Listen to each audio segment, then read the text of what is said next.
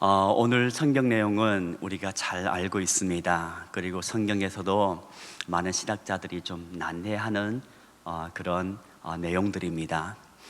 여로보암 왕이 이제 북이스라엘에서 제단을 만들지요. 금송아지 2개를 만들어서 북쪽에는 단에다 세우고 남쪽 베델에다가도 세웁니다. 목적은 단순합니다. 그가 왕권을 계속 유지하기 위함이죠. 이스라엘 백성들이 혹여 예루살렘에 가서 예배를 드리다가 그들의 마음이 유다를 향할까봐, 그리하여서 자신의 왕권이 잃을까봐 두려워하는 것입니다.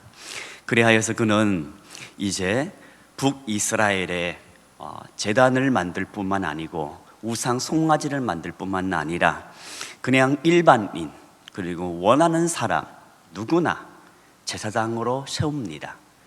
그리고 절기도 남유다의 절기와 비슷하게 8월 15일, 7월 15일이 아닌 8월 15일에 이제 절기를 만들어서 소위 하나님께 예배한다고 그렇게 제사를 드렸습니다. 그런데 그가 바로 그 제사를 드릴 이때에 남유다에서 선지자가 옵니다. 그리고 이 선지자는 제단을 향하여서 하나님의 음성으로 외칩니다. 제단아, 제단아, 너에게 제사를 하는 제사장이 나중에 이 제단 위에서 불사를 것이며, 그리고 이 제단에 나중에는 사람의 시신뿐만 아니라 뼈들이 이제 사를 것이라. 당연히 이 소식을 들은 여로보암 왕은 충격에 빠졌을 겁니다. 이것은 분명히 자신을 향한 저주요, 그리고 자신의 행위에 마땅하지 못함을 그는 즉각적으로 깨달았습니다. 그리고 그때 그는 손을 내밀어 사람들을 명합니다. 저 사람을 잡으라고. 그리고 그의 손은 내밀었지만 다시 거두지 못하게 됩니다. 말라버립니다. 그리고 이 남유다에서 온 선지자의 말대로 그에게 징조를 보여줬는데, 하나님께서 하나님의 뜻을 말씀대로 나중에 이 제단을 폐할 것이며, 이 제단에 제사를 드렸던 제사장들이 이 위에 제물로 드릴 것이다, 분향될 것이라는, 그것이 어떻게 이루어지는가 징조를 보여주셨습니다. 그것은 그 제단이 깨지고 그 제단에 재가 이제 쏟아진다는 겁니다. 바로 그때 제단이 깨지고 재가 쏟아집니다. 이 모든 것을 본 여로보암 왕은 또한 자신의 몸에 일어난 일들을 보고 두려워합니다. 그리고 남유다의 선지자를 붙들고 간구합니다. 표현이 참으로 정말 기가 막힙니다. 그가 어떤 표현을 썼냐면, 내 하나님 여호와께 은혜를 구하여 나의 손이 다시 성하게 하라. 우리의 하나님도 아니에요. 그냥 여호와 하나님도 아니에요. 내 하나님, 그러니까 나와는 상관없고 내 하나님 여호와께 은혜를 구하여 나의 손이 성하도록 기도해달라. 선지자는 기도합니다. 하나님께서는 은혜를 베풀어 그의 손이 성하게 됩니다. 그리고 그는 이제 선지자를 청합니다. 우리 집에 가자. 같이 좀 쉬고 먹고 마시고, 그리고 내가 당신한테 예물을 줄 것이다. 유혹하는 것입니다. 과연 참으로 하나님의 선지자인지를 테스트하는 거예요. 시험해 보는 겁니다. 만약에 이 선지자가 함께 들어가서 먹고 마시고 예물을 받으면 이는 하나님으로부터 온 선지자가 아닌 것을 여로보암은 확신할 수 있습니다. 그러나 남유다에서 온 선지자는 그 모든 것을 거부하고 하나님께서 자신에게 하셨던 말씀을 그대로 여로보암 왕에게 전합니다. 하나님께서 나에게 이곳에서, 즉 북이스라엘에서, 베델에서 먹지도 말고 마시지도 말고 그대로, 그리고 오던 길로 뒤돌아가지도 말라고 하나님께서 명하셨습니다. 때문에 당신의 집의 절반이라도 나에게 준다 한달지라도 나는 결코 당신과 갈 수 없습니다. 그리고 다른 길로 떠납니다. 오늘 성경을 다 읽지 않았습니다. 11절부터 이제 34절 말씀에 보게 되면 이 모든 광경을 본 사람이 있어요. 그리고 그 중에 사람들 일부가 베델에 있는 늙은 선지자의 아들들입니다. 이 아들들이 그 제사에 동참했던 것 같아요. 그러니까 보고 들었겠죠. 집으로 돌아가서 아버지에게 전합니다. 아버지는 그 이야기를 듣고 이것은 심상치 않는 것을 이제 눈치를 챕니다. 자식들에게, 아들들에게 나귀를 준비하라고 그 나귀를 타고 쫓아갑니다. 그리고 드디어 상수리 나무 아래서 그 남유다의 선지자를 만나게 되죠. 그에게 말합니다. 남유다에서 온 선지자 맞습니까? 그렇습니다. 지금 저와 함께 저희 집에 가서 좀 먹고 마시며 쉬세요. 그럴 수는 없습니다. 하나님께서 저에게 말씀하셨습니다. 돌아오던 길로 다시 돌아가지 말라고. 돌아갈 수 없습니다. 저도 당신과 같은 하나님의 선지자입니다. 하나님의 천사가 저에게 말씀하여 당신을 초청하여 먹고 마시고 쉬도록 그렇게 말씀해 주셨습니다. 그 이야기를 듣고 남유다 선지자는 속임을 당합니다.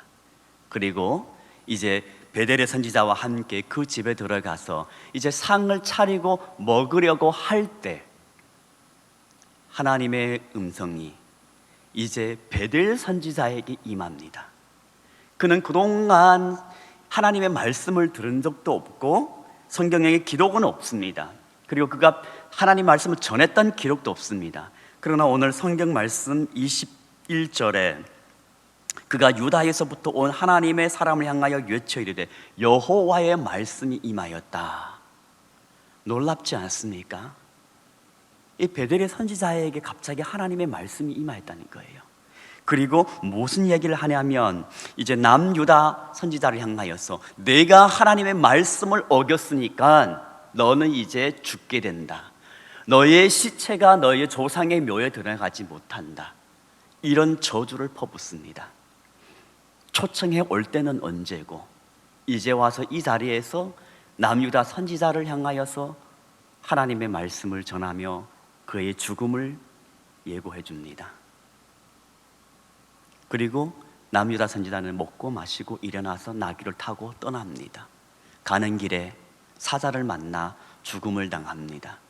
놀라운 것은 사자는 그냥 이 남유다 선지자를 물어서 죽였을 뿐이지 그를 먹지는 않았어요.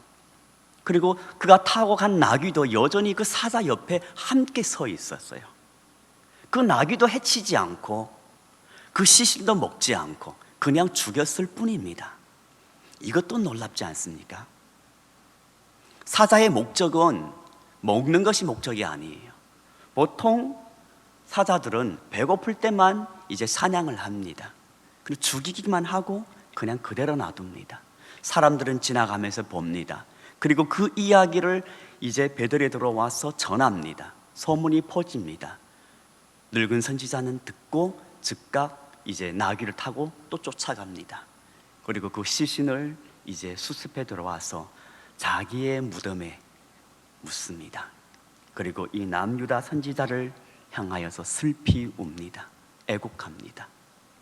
그리고 자녀들에게 이렇게 얘기합니다.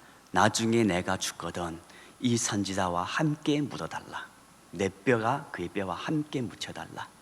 그리고 무엇보다도 이 선지자의 하는 말씀이 반드시 이루어질 것이다. 오늘 우리 성경 말씀 볼까요?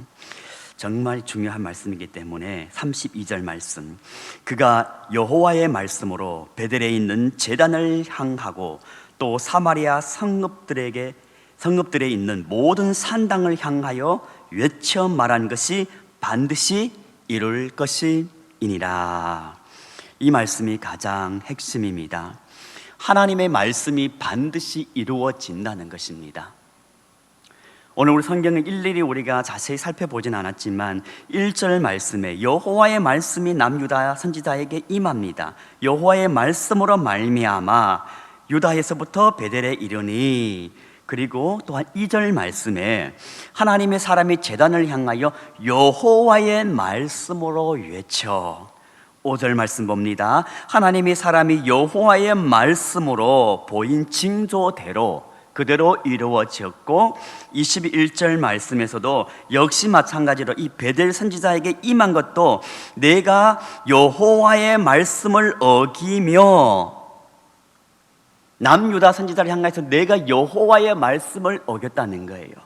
늘 하나님의 말씀을 반복적으로 강조합니다. 26절 말씀에서도 중간쯤에 여호와께서 그에게 하신 말씀과 같이 어떻게 해요? 그가 찢김을 당하고 죽습니다. 사자에게 물려 죽습니다. 이 모든 것을 본 베델의 선지자는 한 가지 사실을 깨닫습니다. 하나님의 말씀이 남유다 선지자를 통하여서 이 베델의 제단을 향한 그 심판의 말씀이 반드시 이루어진다. 왜? 하나님께서 이 유다 선지자를 향한 그 말씀이 지금 이미 이루어졌기 때문에 제단이 깨지고 재가 쏟아질 뿐만 아니라 이 남유다 선지자마저도 그가 하나님의 말씀을 어겼을 때에 하나님의 말씀대로 그가 죽임을 당하는 것을 보며 그는 아들들에게 하나님의 말씀이 반드시 성취된다, 이루어진다는 것을 전합니다. 사랑하는 제 가족 여러분, 우리의 신앙 고백이 하나님의 말씀이 그대로 이루어지는 고백이 아닙니까? 하나님의 말씀은 그대로 이루어집니다. 하나님의 말씀은 천지가 변해도 추호의 변함이 없습니다. 오늘 우리는 여기 등장하는 세 인물을 통하여서 함께 하나님의 음성을 듣기를 원합니다. 이 세 사람의 삶에는 하나님의 말씀이 동일하게 임하였습니다. 먼저 남유다 선지자를 볼까요? 우리 잘 알고 있습니다. 성경 밝히진 않았습니다. 어떤 선지자의 이름을, 누군지를 밝히지 않았습니다. 그러나 분명히 하나님의 말씀이 그에게 임하였고 그는 그 말씀을 가지고 남유다에 가서 북이스라엘 베델에 가서 전하였습니다. 그러나 그는 그 하나님의 말씀을 충성되이 전하였고 또한 왕의 모든 선물을 거절하였고 그리고 왕의 그 모든 식사 초대마저도 거절하였지만 그에게 있어서는 끝까지 깨어있지 못한 것이 큰 실수였습니다. 한 번의 실수로 인생을 충분히 비참하게 만들 수 있습니다. 잠시의 쾌락을 추구하기 위하여서 평생 아픔을, 고통을 겪으면서 살아야 하는 사람들이 우리는 주변에서도 흔히 발견할 수 있습니다. 아이가 어느 순간에 작은 사고로 인하여서, 예기치 않은 실수로 인한 사고로 인하든, 아니면 사람이 하나님의 뜻을 알매도 불구하고 죄를 지어서 그 죄가 잠시 자신에게는 일정한 기간의 쾌락을 주지만 그러나 그 후에 따르는 그 고통은 평생 아무리 돌이키려도 돌이킬 수가 없습니다. 죄송한 이야기지만 제가 교제에 있는 목사님은 아닙니다. 그 목사님의 목회 가운데 유혹에 빠져서 교회 집사님과 이제 불륜을 저질렀습니다. 그리고 목회지에 떠났습니다. 다른 지역에 가서 이름을 바꿨습니다. 김다윗이라고. 다윗의 밧세바를 범한 것이 마치 자신도 그랬던 것처럼 이름을 바꾼다고 해서 사람들이 그를 향한 사람들이 그를 바라보는 시선과 그리고 그의 목회의 상처 아니면 아픔 씻을 수 없습니다. 몇 달 동안은 즐겼겠지요. 그러나 평생의 아픔을 그는 감수하면서 살아가야 합니다.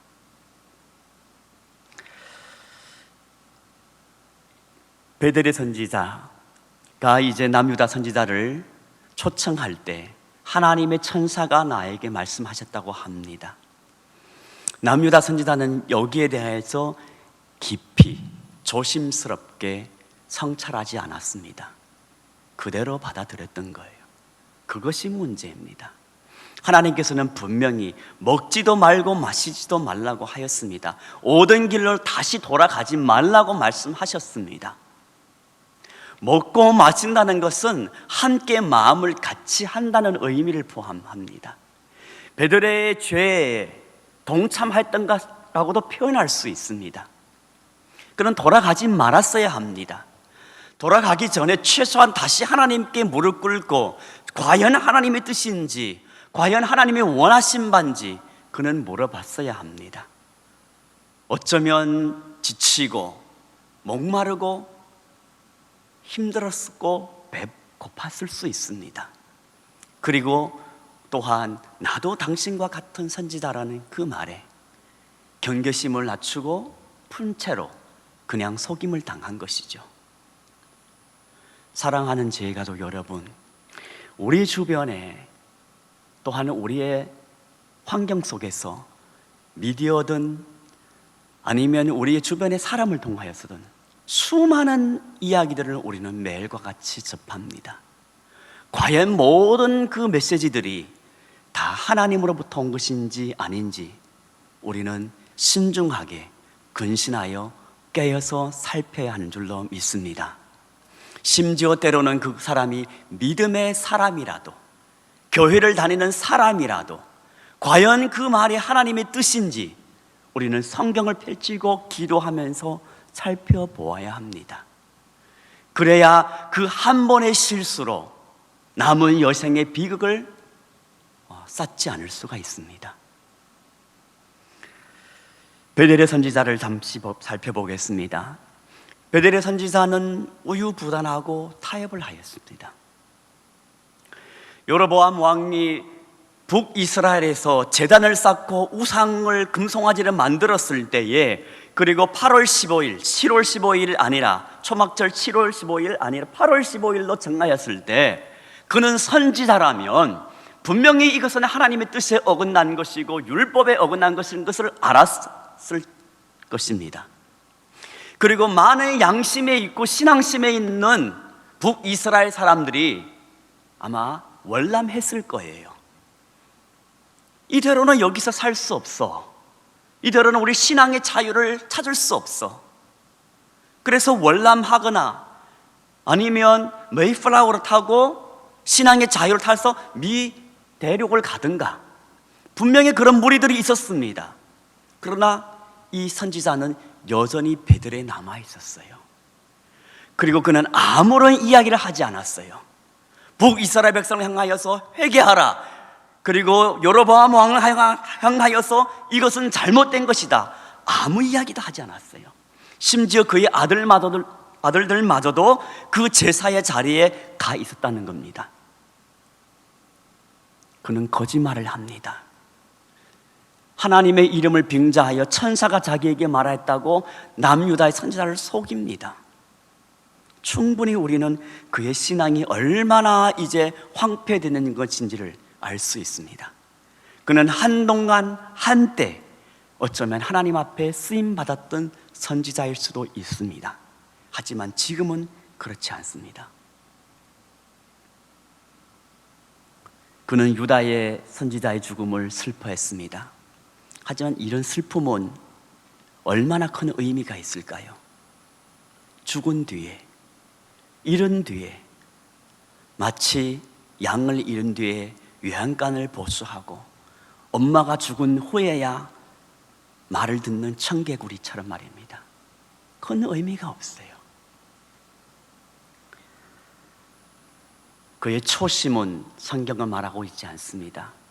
그가 얼마 열심을 내어 주를 섬기는지 말하고 있지 않습니다. 하지만 분명히 그의 뒷심, 늙은 나이 되었을 때에 그는 실패하였습니다. 황폐되었습니다. 우리의 신앙삶 속에서 우리가 경계할 것이라면, 우리가 젊은 날에는 실수를, 남유다의 선지자처럼 실수를 근심하여 깨어서 조심한다면 세월이 흘러 우리는 하나님 앞에서 끝내 유종의 미도 함께 거둬야 합니다. 평생 동안 주님을 열심히 섬기다가 나중에 노년이 되어서 정말 덕이 되지 않고 하나님의 영광을 가리는 모습들도 우리는 흔히 볼 수 있습니다. 이 베델의 선지자뿐만 아니라 엘리 제사장도 마찬가지고, 그리고 오늘날 시대 가운데 교회가 욕먹고 하나님께 영광 돌리지 못한 경우, 젊은 전도사의 실수보다도 어쩌면 이미 평생 동안 하나님 앞에 충성하였고 영향력이 있는 하나님의 사람들이 유종의 미를 거두지 못하기 때문에 욕을 먹는 것이죠. 여로보암 왕, 그가 왕이 되었을 때 그는 기억하고 있습니다. 실로 사람 아히야 선지자를 통하여서 자신이 왕 된다는 이야기를 들었습니다. 11장 30절 우리 잠깐 살펴볼까요? 한 장을 넘겨서. 아히야가 자기 입은 새 옷을 잡아 12조각을 찢고 여로보암에게 이르되 너는 10조각을 가지라. 이스라엘 하나님 여호와의 말씀이 내가 이 나라를 솔로몬의 손에서 찢어 빼앗아 10지파를 내게 주고.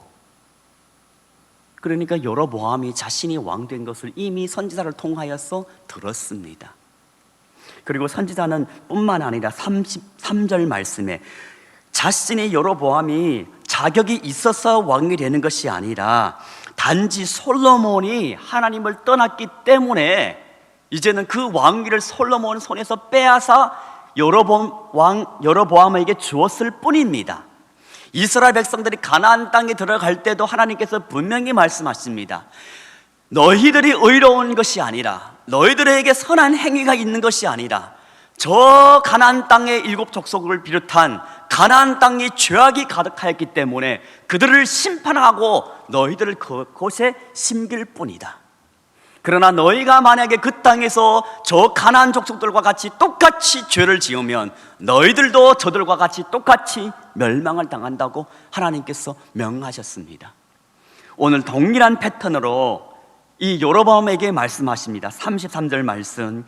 이는 그들이 나를 버리고 시돈 사람의 여신 아스다롯과 모압의 신 그모스와 암몬 자손의 신 밀곰을 경배하며 그의 아버지 다윗의 행함 같지 아니하여 내 길로 행하지 아니하며 나 보기에 정직한 일과 내 법도와 내 율례를 행하지 아니함이니라. 때문에 그에게 뺏어서 35절 그 10지파를 내 손에 줄 것이요. 여로보암은 깨어 있어야 합니다. 그리고 여로보암에게 38절 말씀에 내가 만일 내가 명령한 모든 일에 순종하고 내 길로 행하며 내 눈에 합당한 일을 하며 내 종 다윗의 행함 같이 내 율례와 명령을 지키며 내가 너와 함께 있어 내가 다윗을 위하여 세운 것 같이 너를 위하여 견고한 집을 세우고 이스라엘을 내게 주리라. 내가 나의 종 다윗과 같이 말씀대로 행하면 그러면 너의 집을 견고하게 할 것이다. 그러나 다윗의 율법을 떠나서 다윗이 하나님의 율법을 지키는 것처럼 그렇게 지키지 않고 솔로몬처럼 설령 다윗이 아들이라 한다 할지라도 율례를 떠나면 너도 동일하게 망한다는 이야기입니다. 33절 말씀에 그 모든 것을 보고 분명히 자신의 왕을 주신 것은 여호와 하나님인 것을 알매도 불구하고 그는 자신의 힘으로 이 왕위를 지키고자 자신의 그런 계략으로 왕위를 지키고자 우상 숭배까지 동원한 것입니다. 그는 유다 선지자의 심판의 메시지를 들었습니다. 그리고 제단이 갈라지고 재가 쏟아지는 것을 보았습니다. 자신이 손이 말라서 거둬들이지 못하고 그 선지자가 기도한 후 하나님의 은혜로 다시 회복된 것도 경험하였습니다. 그리고 그 남유다가 선지자가 하나님의 말씀을 어기고 결국은 사자에게 찢겨 죽었다는 그 소식도 분명히 들었을 것입니다. 그럼에도 불구하고 그는 여전히 33절 말씀에서 여로보암이 이 일 후에도 그의 악한 길에서 떠나 돌이키지 아니하고 다시 일반 백성을 산당의 제사장으로 삼되 누구든지 자원하면 그 사람을 산당의 제사장으로 삼았으므로 결국은 이런 완악함의 결말을 맞이합니다. 이 일이 여로보암 집의 죄가 되어 그 집이 땅 위에서 끊어져 멸망하게 되니라. 완악함, 돌이키지 아니함, 끝까지 완고함, 결말은 멸망입니다. 말씀을 맺도록 하겠습니다. 하나님의 말씀은 반드시 이루어집니다. 하나님의 선지자가 베델에 돌아와 먹고 마심으로 별거 아닌 것 같은데 그것으로 인하여 죽습니다. 이 사건, 이 모습을 보면서 하나님의 말씀을 소홀히 여기고 경히 여기고 어기는 것이 얼마나 큰 죄인지를 우리는 경각심을 가져야 합니다. 괜찮을 거야, 이 정도 아닙니다. 깨어서 하나님의 뜻인지를 깊이 살피고 순종해야 하는 줄로 믿습니다. 하나님의 선지자마저 이토록 죽음을 당하는데 자신의 욕망과 그 완권과 내가 내려놓고 싶지 않은 것을 위하여 하나님의 이름을 빙자하여 우상을 만들고 절기를 바꾸고 아무나 제사장으로 세우고 심지어 자신이 친히 가서 제사를 드리는 그 죄는 얼마나 큰 심판을 받겠습니까? 하나님의 선지자가 그 작은 죄, 어쩌면 우리가 봤을 때 그냥 먹고 마셨을 뿐인데 그럴 수도 있잖아요. 그게 무슨 큰일이라고. 그러나 죽음을 당합니다. 그러나 그 모습을 보면서 정말 이토록 죄악을 향하여서 완악하고 회개하지 않고 자신의 욕망을 이루고자 하는 이 큰 죄는 장차 어떻게 큰 심판을 받겠습니까? 선지자의 예언대로 300년 후에 요시야 왕 때에 열왕기하 23장에서 그 예언이 성취됩니다. 여로보암의 집에 제사장들이 그 제단에 불사를 합니다. 그리고 사람의 무덤이 있는 것을 보고 그 무덤의 뼈를 가져다가 그 제단에 태워버립니다. 이 제단을 폐한 겁니다. 이 제단을 모독한 겁니다. 이건 하나님의 제단이 아니라는 것을 선포한 겁니다. 그렇게 종교 개혁이 일어나고 하나님의 말씀이 그대로 이루어집니다. 여로보암 하나님을 떠나 욕망을 위해 자신을 의지하고 완고하면서 그는 회개하지 않았습니다. 이 여로보암을 보면서 혹여 내 마음에도 여전히 고집하고 있는 것은 하나님이 원치 않는 것이 있지 않는지, 이것이 아니라는 것을 알면서도 성령의 분명히 감동이 받았음에도 불구하고 그러나 지금 당장 내가 내려놓을 수 없는 이익 때문에, 명예 때문에, 어쩌면 경제적인 손해를 볼 수 없기 때문에 계속 고집하고 있지 않는지 저와 여러분 한번 살펴보아야 합니다. 그리고 베델의 선지자를 바라보면서 초심, 열심, 뒷심, 끝까지 주님 앞에 충성을 다해야 되겠다는 그런 마음을 다짐을 하는 저와 여러분 되기를 간절히 소망드립니다. 그리고 유다 선지자를 보면서 선줄로 생각할 때 방심하지 말고 이 정도면 됐지가 아니라 지금 이때야 비로소 넘어질까 조심해야 할 때 깨어 있어서 끝까지 하나님 앞에 근신하는 모습으로, 깨어 있는 모습으로 다시 오실 우리 주님을 맞이하는 사랑하는 제 가족들 다 되기를 예수님의 이름으로 축원을 드립니다. 주님께서 말씀하십니다. 이 예언의 말씀을 읽는 자와 듣는 자와 그 가운데 기록한 것을 지키는 자는 복이 있나니. 요한계시록 3장 20절에서 22절까지 말씀. 볼지어다 내가 문 밖에 서서 두드리노니 누구든지 내 음성을 듣고 문을 열면 내가 그에게로 들어가 그와 더불어 먹고 그는 나와 더불어 먹으리라.